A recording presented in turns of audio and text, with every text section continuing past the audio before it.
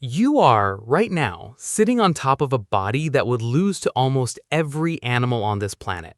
No claws, no fangs, no fur, no real speed. And yet somehow, this weak, soft, slow creature became the single most dangerous thing that has ever walked the earth, more dangerous than anything that came before it. How does that even make sense? Today, we're digging into one question. Why did Earth end up handing the title of most dangerous animal to us out of every single species that has ever existed on this planet across millions and millions of years? Not the lion, not the shark, not even the T-Rex. Us.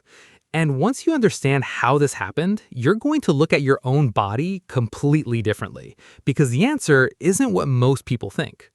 Let's start with the problem, because there really is one. If you strip away everything humans have built, if you take away the guns, the cars, the buildings, the phones, and you drop a naked human into the wild next to almost any other predator, that human loses. Every time. We don't have claws that can rip through skin. We don't have teeth built for tearing raw meat. We can't outrun a deer. We can't outswim a crocodile. We can't even climb a tree as well as a chimp can. Our skin is thin and easy to cut. Our nails are basically useless as weapons. Even a house cat has sharper teeth than we do. On paper, humans should have been wiped out early on, just another snack for something bigger and stronger. So here's the real question. If our bodies are this weak, how on earth did we end up at the very top, above lions, above bears, above every other predator that actually looks the part? The answer starts millions of years ago, long before anything we'd call human even existed. Back then, our ancestors were small, and they knew it. They spent most of their time trying to not get eaten, not trying to eat other things. But something strange started happening inside their skulls. Their brains started getting bigger, and not just a little bigger, way bigger than what their body size should have needed. This was expensive. A bigger brain burns a huge amount of energy just to keep running, way more than muscle does for the same amount of weight. In the wild, wasting energy on something that doesn't obviously help you survive is usually a death sentence. Nature is usually pretty harsh about that kind of thing. But in this one case, it paid off in a way nothing else in nature had ever managed to do.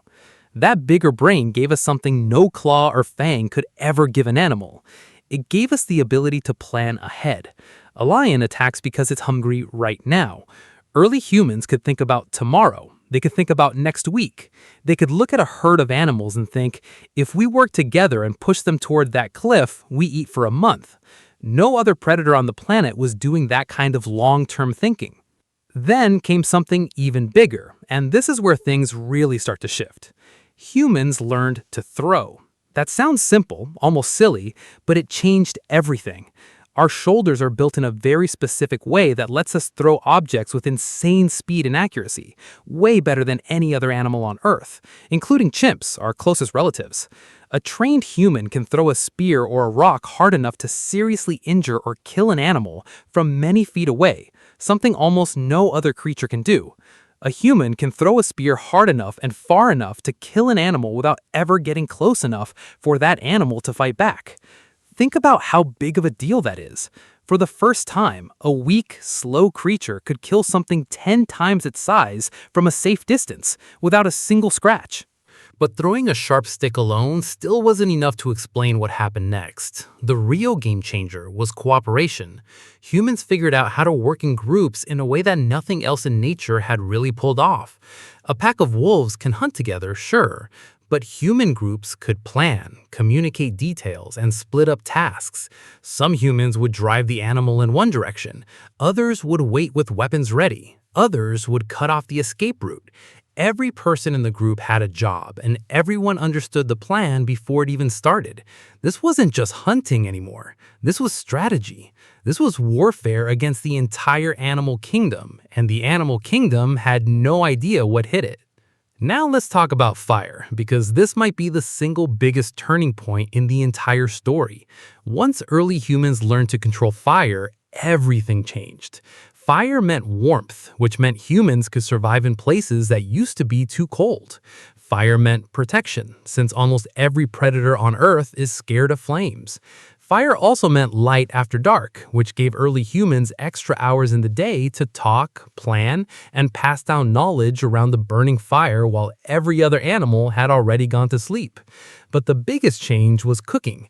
Cooked meat is way easier to digest than raw meat, which means the body doesn't have to spend as much energy breaking it down. That extra energy went straight to fueling our already growing brains.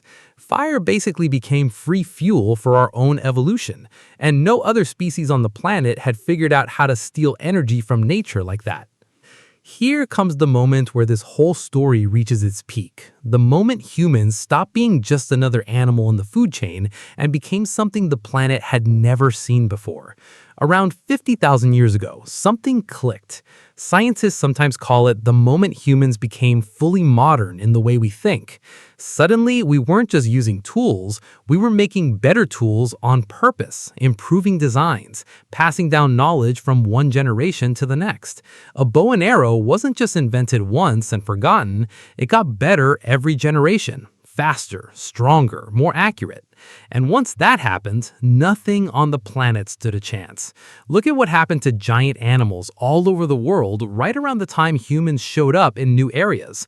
Mammoths, giant sloths, saber-toothed cats, massive flightless birds, huge ancient bears bigger than any bear alive today. One by one, these giants disappeared, and the timing lines up almost perfectly with humans arriving in their territory. In Australia, in the Americas, on islands all over the world, the pattern repeats itself over and over again. Big, slow animals vanishing not long after the first humans set foot there. These were animals that had survived ice ages, other predators, and massive shifts in climate for millions of years. What they couldn't survive was us. A creature with no claws, no fangs, and no fur showing up with sharp sticks, fire, and a plan. This is the part that really makes you stop and think. Every other apex predator on Earth got that position because their body was built for killing. Sharp teeth, powerful jaws, deadly claws, raw strength. Humans got that same position with almost none of that. We didn't out-evolve our bodies to become dangerous. We out-thought every other animal on the planet, and thinking turned out to be the deadliest weapon nature has ever produced. Once brains, throwing, cooperation, fire, and tools all came together, there was nothing left on Earth that could stop us. Not even animals 10 or 20 times our size. Not the biggest predators, not the fastest runners, not the strongest fighters. Nothing. So let's bring this all together. We started as a weak, slow, easily killed little creature with no natural weapons at all. We should have stayed near the bottom of the food chain forever, hiding, running, hoping nothing bigger noticed us. But a bigger brain led to planning. Planning led to throwing weapons from a safe distance. Cooperation turned small groups into hunting machines. Fire gave us extra energy and pushed our brains even further, and better tools, passed down and improved generation after generation, finished the job. Put all of that together, and you get the only animal in Earth's entire history that managed to become the most dangerous creature alive without ever growing claws, fangs, or raw physical power. That's honestly the wildest part of the whole story. Nature didn't make us dangerous by making our bodies stronger. Nature made us dangerous by making our brains smarter. And smart, it turns out, beats strong every single time. Every lion, every bear, every giant creature that ever roamed this planet had to rely on the body it was born with. We're the only species that figured out how to cheat that system entirely. If you want to see exactly how far this went and how ancient humans actually took down animals 10 times their size, go watch the next video, because that story is even crazier than this one.